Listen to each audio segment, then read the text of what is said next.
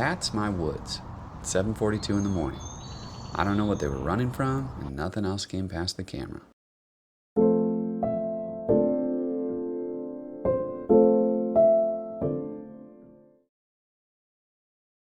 This is one property in West Michigan with 3 cameras, and I've been running them long enough to have a pile of footage, but not long enough to know who I'm looking at.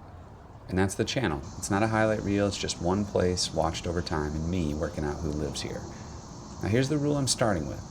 If I can't tell an animal apart, it doesn't get a name. I'd rather have no name than a wrong one, because a wrong name means I log a sighting that never happened, and then this whole thing becomes fiction. So a few of these animals have names, and most of them don't. Yet. This is the first camera, and I call this one the intersection. It's the crossroads between 2 paths that these animals seem to love. On the 19th of July, 10 past 8 in the morning, she walked straight up to it. This is the one I thought I'd be able to name. Look at her. Ears, the face, the marks on her forehead. Those are flies. They'll be somewhere else tomorrow. And then this happened. 6 days later, same camera, and almost the exact same time. Now we got 2 does. And count the fawns.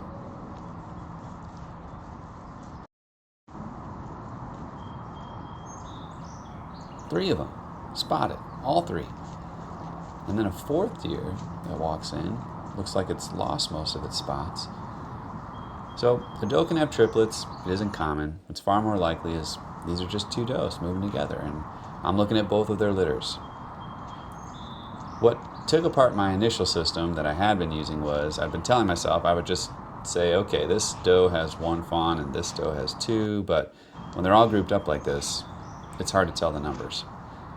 And I might not be wrong, but it is confusing. So they will stay unnamed, every one of them.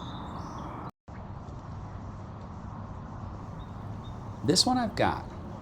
On the 20th, 5 past 9 at night, he comes through. Man, don't you wish you could see what spooked him? And then 2.5 minutes later, he comes back right in front of the lens. So we got 2 angles, 1 evening, 1 animal. And this is the first deer on the property that I can honestly say I've identified. He's a yearling, I think. Thin neck, long legs, short face, and a body that hasn't filled out yet. The antlers are still in velvet, and there isn't much to them. But he needs a name, and I'd rather you choose it. So we've got 3 options: Rook, Dusk, or Toby. Put one in the comments. Whatever gets the most is his, and I'll put it on the screen from the next episode on. Voting closes when episode 2 goes up. We got a couple more from this camera at 6 in the morning on the 22nd, and it was still shooting in infrared just a couple minutes before sunrise. That's why it's gray.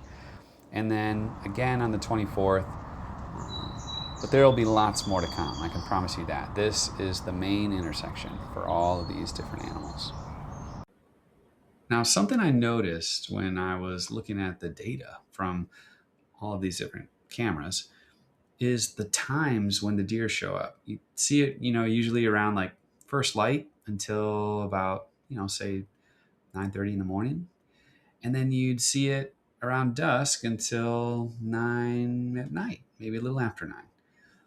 And it's just crazy. You know that to be true in your mind, but when you actually see the data for yourself in the woods, it's just so amazing. And some of these times, super late at night, well, those are definitely not deer. 1 in the morning on the 20th, raccoons.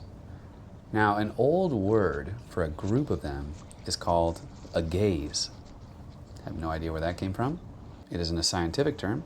Apparently, it's leftover hunting language, but I think it's a good word, and I'm going to keep it. This family, these are the Gaisleys.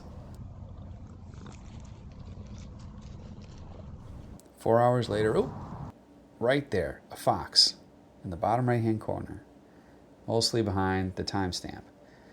And at first I wondered if it was a cat, but if I slow it down to right here, look at the nose. So I'm going with a fox. Maybe I just want it to be a fox, but I'm pretty sure it's a fox. And then a couple nights later, we've got a groundhog. Same bottom right corner, mostly behind the timestamp again. And there, I'm going with fox. It's so fast, but the way it's moving, the way it looks, on the 23rd, I think we've got the fox again. So, is it the same fox? Maybe? What do you think? So here's something I'm learning. Every deer is in the center of the frame. Sharp, close, there's 4 in a shot, you can see their faces in the lens. Everything else is just kind of like a shape in a corner, or half behind the data bar, or going quickly out of frame. So my cameras are set for deer. The height, the angle, where they're aimed, all of it suits a deer-sized animal at deer distance. But anything shorter or shyer at the clip's edge, or that strip along the bottom, just kind of ruins the file. I can't get it back either. So the fox and the groundhog, they don't seem to be rare here. They're just not what that angle is built for. So the camera has to come down probably around a little below knee height, maybe knee height, and I'll do that for the next time I get out there. All right, moving on. Second camera, the walnut. It's 6:30 in the morning on the 23rd. A doe with her head down, feeding, and some more deer behind her in the brush. Nothing wrong with any of this.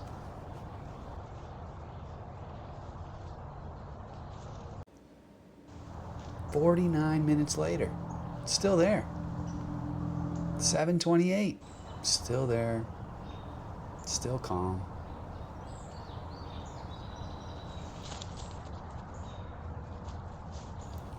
"14 minutes after that is this.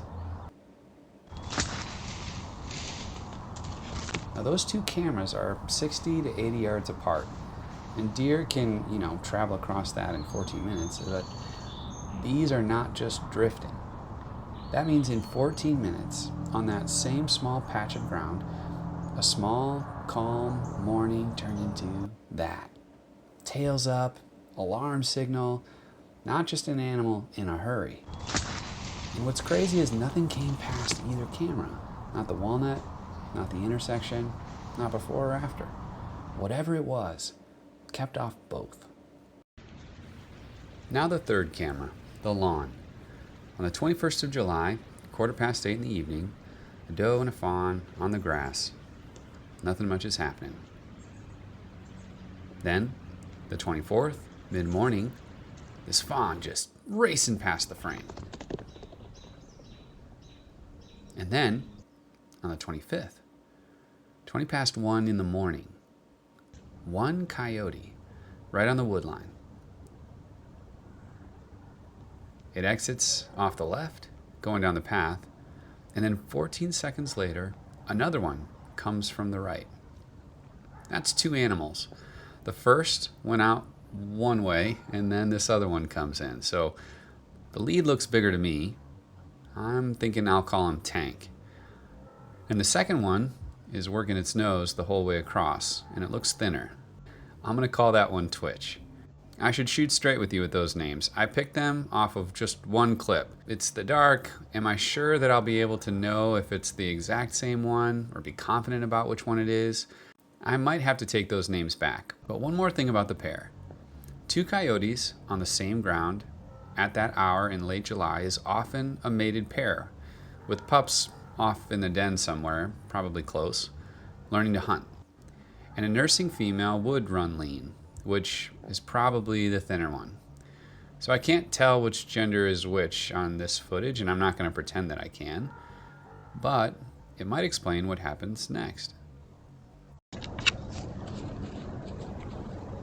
4:09 in the morning, same camera, same night.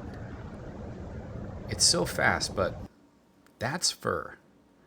And it's an inch or two off the lens. And then the clip just goes black. Now, if you turn up the volume, you can hear it bounding off in the first couple seconds.